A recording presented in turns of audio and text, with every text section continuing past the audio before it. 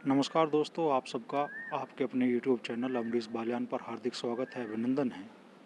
और आज हम बात करेंगे मुजफ्फरनगर में होने वाले जिला पंचायत चुनाव की, ब्लॉक प्रमुखों के चुनाव की और ग्राम प्रधानों के चुनाव की। आज हमारा मुख्य विषय रहेगा मुजफ्फरनगर में होने वाला जिला पंचायत चुनाव और ख़ास तौर पर जिला पंचायत अध्यक्ष का होने वाला चुनाव। आपको बता दें कि मुजफ्फरनगर में जिला पंचायत के 43 वार्ड है और इन 43 के 43 वार्डों पर अपने प्रत्याशी घोषित करने के लिए सभी राजनीतिक दलों में तगड़ी जद्दोजहद चल रही है। पंचायत चुनाव को एक प्रकार से विधानसभा चुनाव का रिहर्सल भी माना जा रहा है और ये माना जा रहा है कि पंचायत चुनाव के नतीजे आने वाले विधानसभा चुनाव को भी प्रभावित करने वाले हैं। मुजफ्फरनगर में पिछली बार जिला पंचायत अध्यक्ष की सीट भाजपा ने उस दौर में हासिल की थी जबकि यूपी में अखिलेश यादव की सरकार थी और इसका पूरा क्रेडिट मिला था केंद्रीय राज्य मंत्री डॉक्टर संजीव बालियान को, जिन्होंने लगभग एक नामुमकिन जीत भारतीय जनता पार्टी के खाते में डाली थी। मुजफ्फरनगर के सभी 43 जिला पंचायत सदस्य वार्डों के लिए बसपा के प्रत्याशियों की सूची लगभग फाइनल हो चुकी है। पार्टी के सूत्रों ने बताया है कि 1 अप्रैल को ये सूची जारी की जा सकती है। समाजवादी पार्टी ने भी जिलाध्यक्ष प्रमोद त्यागी को जिला पंचायत सदस्यों के लिए पार्टी की सूची जारी करने का अधिकार दिया था। समाजवादी पार्टी के नेताओं ने बताया कि जिलाध्यक्ष प्रमोद त्यागी ने यह सूची पार्टी के वरिष्ठ नेताओं के साथ बैठकर तैयार कर ली है और वह भी कल यानी 1 अप्रैल को इस सूची को जारी कर सकते हैं। राष्ट्रीय लोकदल के प्रत्याशियों की सूची भी लगभग तैयार हो चुकी है, जिसे भी 1 अप्रैल को जारी किया जा सकता है। पार्टी के नेताओं ने बताया कि इस संबंध में पार्टी द्वारा एक कमेटी का गठन किया गया था, जिसने सभी प्रत्याशियों की सूची लगभग फाइनल कर दी है और जिसे 1 अप्रैल को जारी किया जाएगा। अब बात करते हैं भारतीय जनता पार्टी की। भारतीय जनता पार्टी ने भी अपने सभी प्रत्याशियों की सूची फाइनल कर दी है और इस सूची को फाइनल कर पार्टी हाईकमान के पास भेज दिया है। पार्टी हाईकमान द्वारा ही जिले में जिला पंचायत सदस्य पद के प्रत्याशियों का ऐलान किया जाएगा। ये भी कहा जा रहा है कि मुजफ्फरनगर की जो बड़ी पंचायतें हैं जैसे कि सरवट, अलमासपुर और कोकड़ा, इनमें भी भारतीय जनता पार्टी अपने प्रत्याशियों की घोषणा ग्राम प्रधान पद के लिए भी कर सकती है। अब बात करते हैं कि जिला पंचायत अध्यक्ष पद का जो चुनाव परिणाम होने वाला है उसका आने वाले दिनों में जिले की, प्रदेश की और देश की राजनीति पर क्या असर पड़ सकता है। आज जब किसान आंदोलन चल रहा है और पूरे देश में किसान आंदोलन का सबसे बड़ा चेहरा बन चुके राकेश टिकैत, जिनकी अपनी गृह भूमि भी मुजफ्फरनगर है, अगर मुजफ्फरनगर जिले से जिला पंचायत अध्यक्ष का पद भारतीय जनता पार्टी के पास जाता है तो इसका क्या असर किसान आंदोलन पर पड़ सकता है।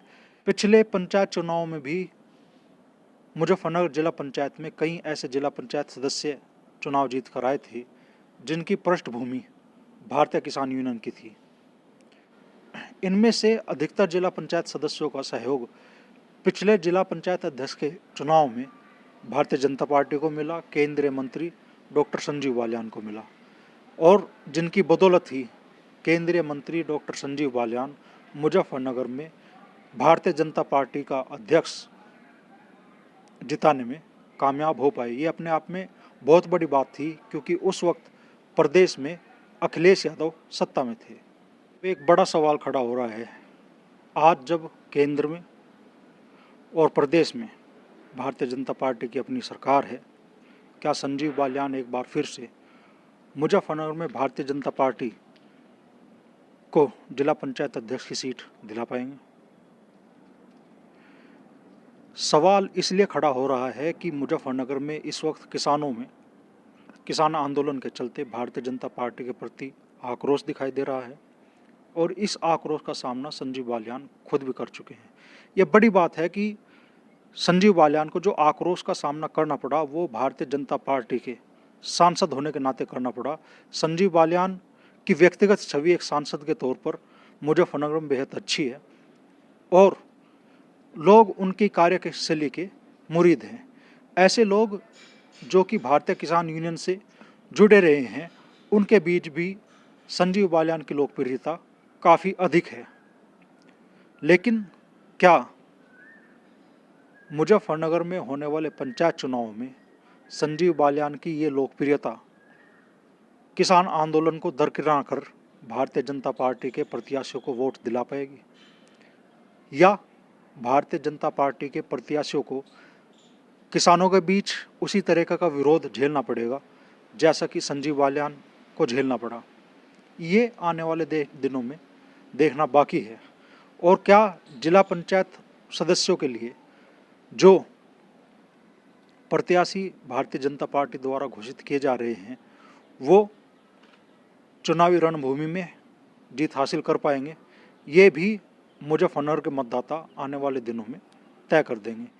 2 मई को जब यूपी के पंचायत चुनाव का परिणाम सामने आएगा तो ये सारी चीज़ें स्पष्ट होंगी। भारतीय जनता पार्टी की जो राजनीतिक ज़मीन है, क्या किसान आंदोलन उस ज़मीन को हिला पाएगा?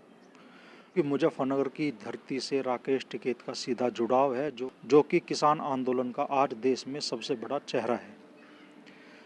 ऐसे जिला पंचायत सदस्य जिनकी पृष्ठभूमि भारतीय किसान यूनियन की है, जो कि फिर से चुनाव मैदान में है। भारतीय किसान यूनियन के कई नेता जिला पंचायत सदस्य पद का चुनाव लड़ रहे हैं और चुनाव में वो जीतते हैं, तो इस बार उनकी वोट किस तरफ जाएगी?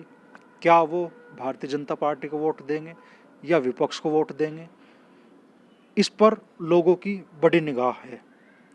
लोगों की निगाह इस बात पर भी है कि क्या जो भारतीय जनता पार्टी से जुड़े लोग, जिनका जुड़ाव भाजपा से भी माना जाता है, क्या पंचायत चुनाव में उन्हें मिलने वाले मतों पर भी इस आंदोलन का असर पड़ेगा? क्योंकि मुजफ्फरनगर में लोकसभा चुनाव के बाद कुछ ऐसी घटनाएं हुई थी जिसमें भारतीय जनता पार्टी से जुड़े लोगों को जनता के बीच में, और ऐसे लोगों को जो कि भारतीय किसान यूनियन से भी जुड़े हैं, जनता के बीच में विरोध का सामना करना पड़ा था। ऐसा जिले के गांव तितावी में भी हुआ था, जहां भारतीय किसान यूनियन से जुड़े लोगों को सड़क पर धरना देने पर का सामना करना पड़ा था और लोगों ने कहा था कि जब उनके सांसद खुद मुजफ्फरनगर से जीते हैं तो वे उनकी कोठी पर जाकर प्रदर्शन करें। इस मामले में भी राकेश टिकैत ने हस्तक्षेप किया था, जिसके बाद ये पूरा मामला शांत हुआ था। तो देखना होगा कि क्या भारतीय किसान यूनियन के ऐसे नेताओं को, जिनका जुड़ाव भारतीय जनता पार्टी से माना जाता है, इस चुनाव में विरोध का सामना करना पड़ेगा।